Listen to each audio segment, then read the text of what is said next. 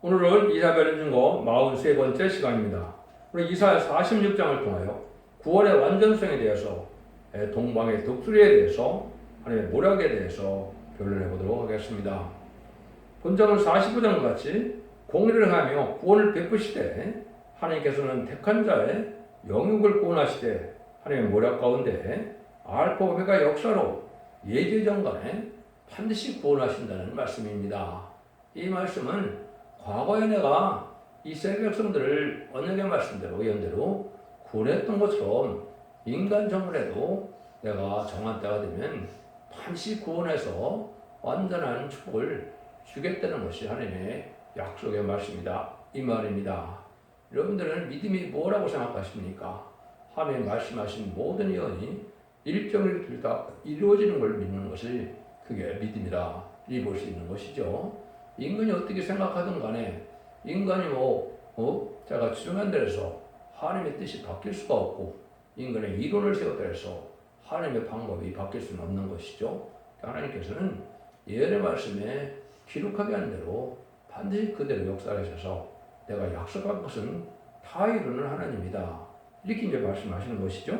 그래서 우리에게도 택한 종에게는 어려서부터 태에서부터 노년의 일까지도 나 하나님은 책임져서 복을 받게 하겠다. 이 말이죠.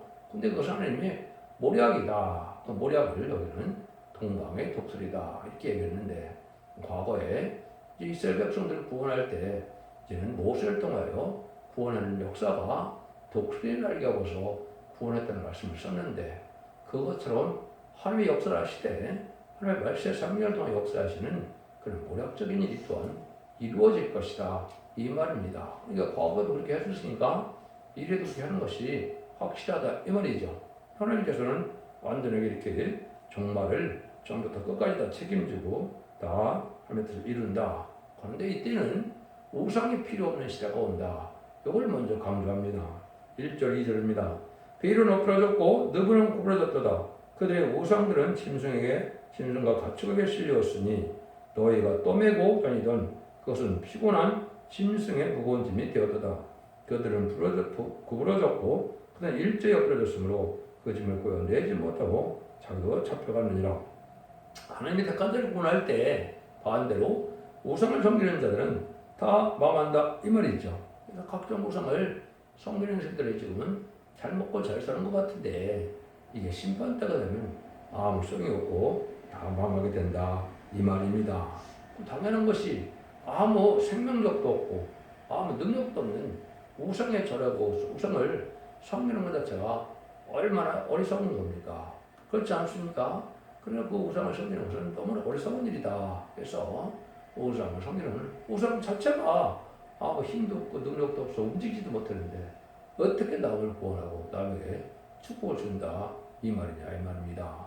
근데 하나님은 심판할 때 인간의 힘가능으로 피조물로서는 피할 수 없고 산할 수 없는 그런 환란이 오는데 인간의 힘을 의지하고 우상을 의지하고는 아무 소용이 없다.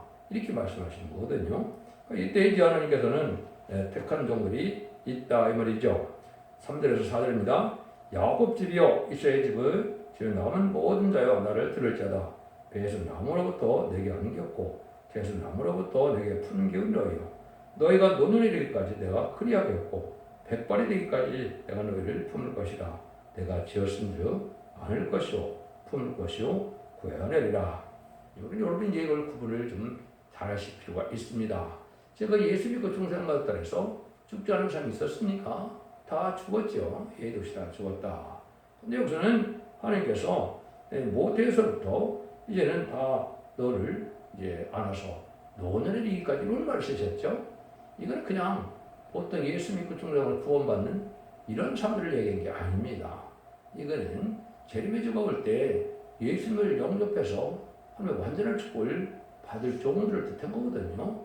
이것은 이제 마치 야곱이 이제는 기도하여 천사와 이김으로 이스라엘에 대해서 이스라엘의 12아들이 결국은 이스라엘 백성을 이뤘던 것처럼 인간 정말에 사망자를 뭐라 그런다고요?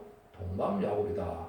이스라엘이라 그런 겁니다. 그래서 이 사람들이 결과적으로 7장 1절 3절 4절에 이를 맞아서 하나의 종들인데 이마 일만에서 입맞은 자가 10만 4천 명이라고 그랬죠. 그 사람들에게 된 말씀인 겁니다.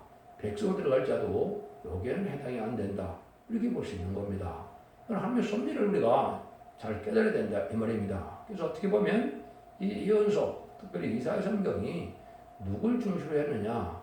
성경 전체가 하나님이 하신 역사고 주님이 하실 역사를 얘기하는 것은 맞죠. 그렇지만 인간 총론에는 마지막 사명을 통하여 역사한다는 것이 사실은 중심이 되어 있다. 그런데 인간의 사명자가 뭐냐 했을 때는 입맞은 10만 4천 명 별성들을 뜻했다. 이 말입니다. 근데 이 사람들은 축장부세 시다고 축장과 별성천을 이 사람들이거든요. 그 종을 중심으로 지금 말씀하시는 거예요. 그래서 여기 보면 개수나무로부터 내게 안겼고 개수나무로부터 내게 풍겨온 거예요. 이렇게 얘기했죠. 그래서 환란장 심판날까지도 전혀 상관없이 내가 끝까지 널 보여준다. 이 말이거든요. 나이가 많든 나이가 적든 어쨌든 하나님이 택한 종에 되어서 택한 종의 삶을 살아간다면 내가 끝까지 책임을 다 구원해준다. 이 말이거든요. 그래서 하나님께서는 이렇게 택한 사람은 절대 버리지 않는다.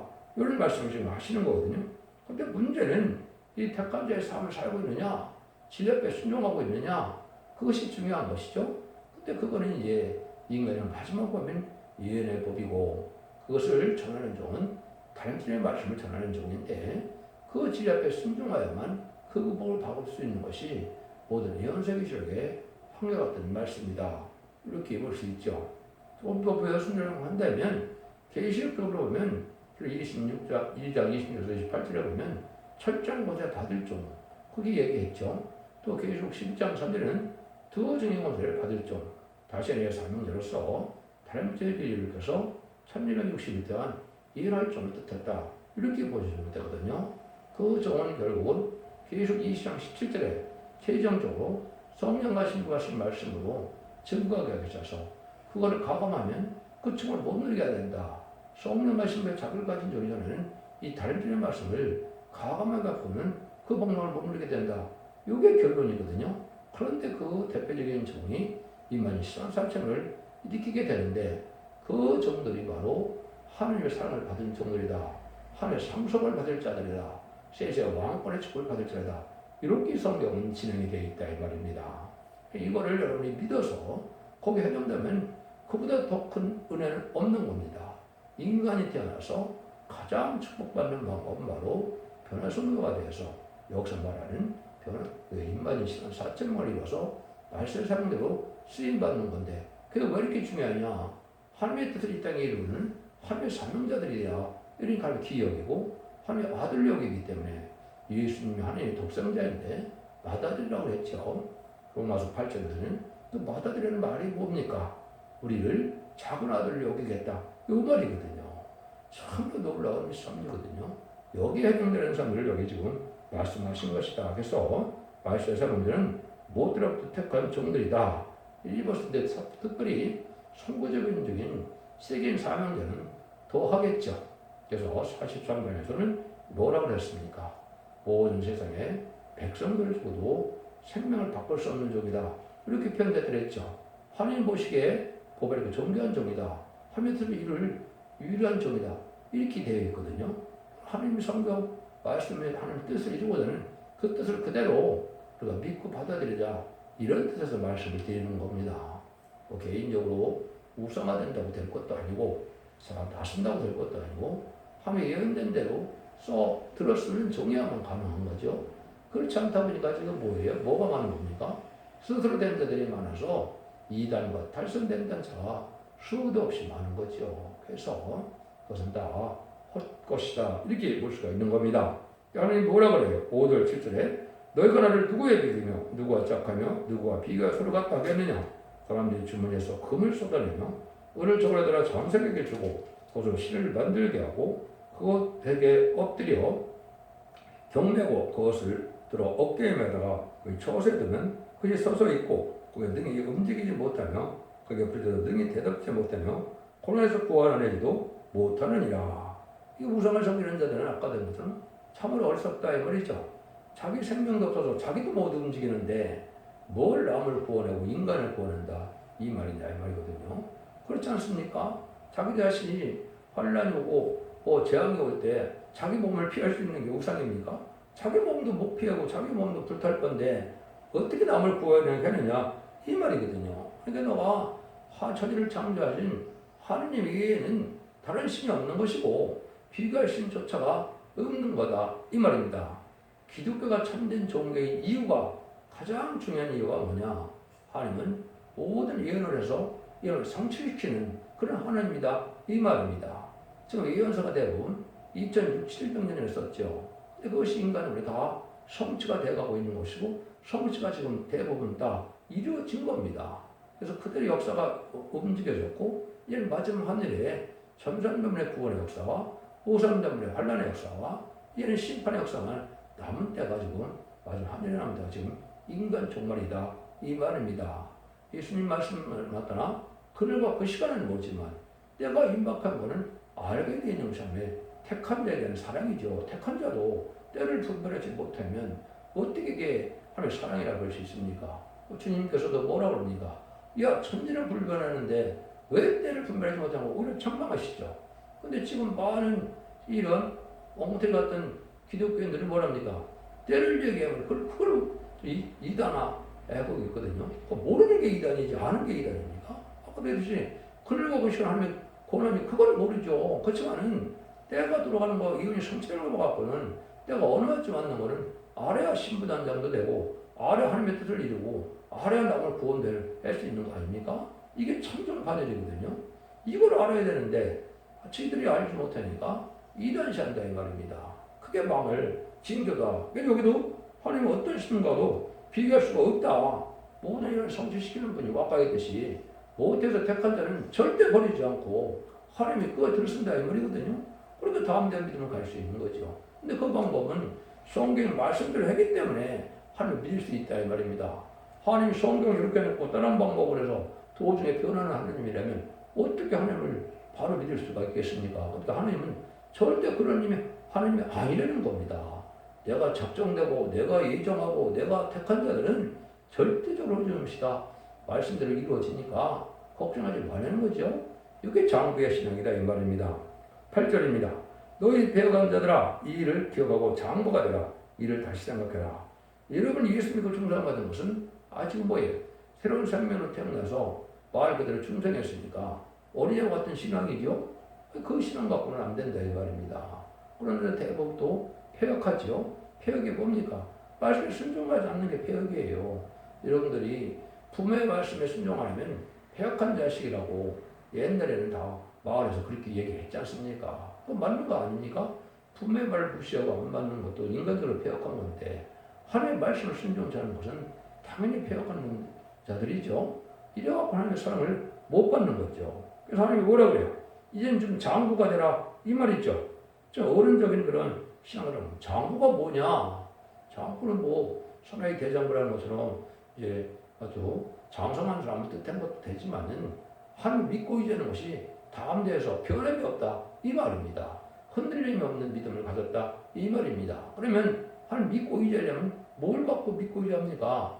말씀대로 되는 걸 갖고 믿고 의지하는 거다 이 말입니다. 그래서 그런 장부의 신앙이 돼야 하나님이 그걸 들어서서 하나님의 뜻을 이루는 종이 되어서 하나님이 그 종의 대가로 세세 왕권의 축복을 자손 만대의 축복을 준다. 근데 그걸 누가 잃어버린 겁니까? 아담 하와가 뺏고 잃어버린 거거든요. 그걸 다시 찾아서 이들 눈을 회복해서 천년왕국의 종들이 하나님께서 원하시는 장부의 신앙을 가진 자다. 이렇게 얘기하는 겁니다. 그래서 그걸 결국은 입맞은 시간 4,000명의 말씀상례가 된다. 이걸 대부분 기독교에서도 상징이라고 하고 있거든요. 어떻게 그게 상징이 될 수 있습니까?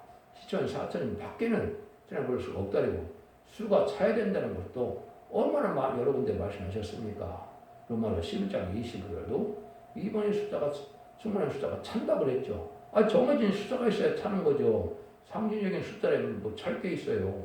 몇 명인지 아직 못했는데 그건 그렇지 않다 이거죠. 또 지도자가 한량없이 많겠습니까? 지도자하고 왕권 받을 정도로 뜻했는데 그게 한량없이 많다 그러면 이 시점 맞습니까? 안 그랬죠. 그렇지만 능히 세수는 콧물이라고 그럼 집장부들에 있던 그 백성들은 인간이 알 수 없고 우리도 알 수 없는 거죠.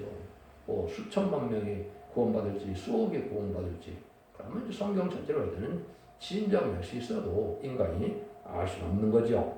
그래서 하나님이 이제는 무슨 일을 하느냐, 과거에도 그렇게 했던 것처럼 내가 새 시대에도 이제는 그렇게 하겠다는 말인데 9절 10절에 보시면 너는 옛적 일을 기억하라. 나는 하나님이라 나의 다른 이가 없느니라. 나는 하나님이라 나 같은 이가 없느니라. 내가 정말로 처음부터 구하며 아직 이르려는 것을 옛적으로부터 보이고 이르기를 너 나의 모략에 설 것이며 나의 기뻐하는 모든 것을 이루리라 하였느니라.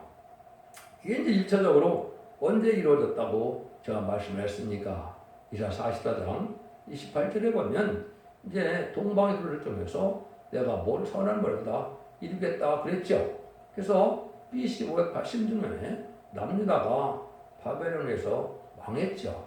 그래서 바벨론 포로 70년을 겪게 됐는데 그때 성전이 복구되기 21년 전에 이제는 태어나지도 않았던 사람인데 동방에 메데바사의 왕 코레스를 불러서 그거를 종을 삼아서 어떻게 했습니까?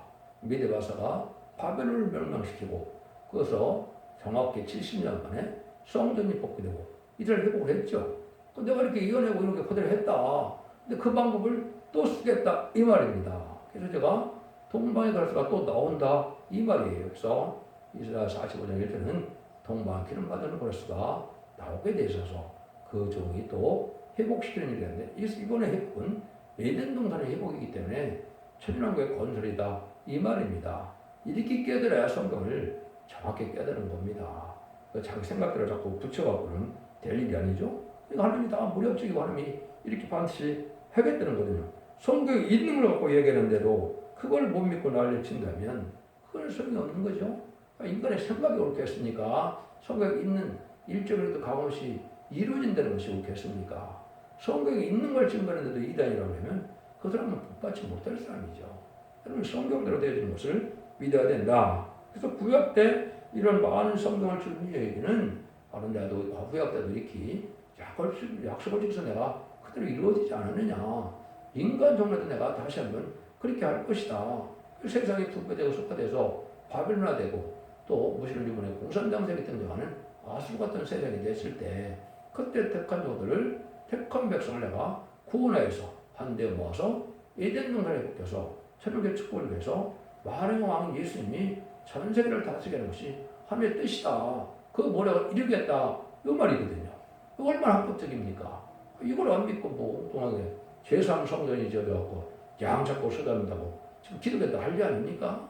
참 어리석은 인간들이죠. 어떻게 예수님의 완전한 보혈의 부인하고 다시 양 잡고 써다봐서 구원해서 다시 시작된단 말입니까? 이게 기독교가 지금 장님이 된 겁니다. 그게 무슨 하나님의 뜻이라고 그것만 기다리자는 식으로 얘기를 하고 있는데 얼마나 어리석은 겁니까? 예수님이 영원한 제사를 지냈다고 했지 뭐 한시적인 제사로 불완전한 제사를 드렸다고 했습니까?